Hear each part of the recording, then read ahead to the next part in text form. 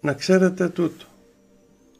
Σε λίγο καιρό δεν θα υπάρχουν κυβερνήσεις, δεν θα υπάρχουν πρόεδροι,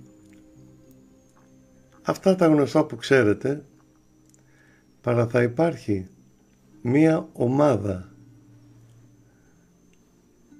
τεχνητών που θα χειρίζονται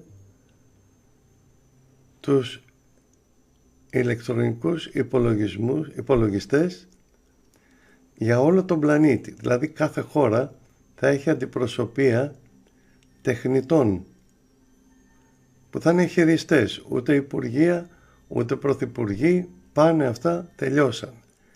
Και αυτοί θα είναι μόνιμοι.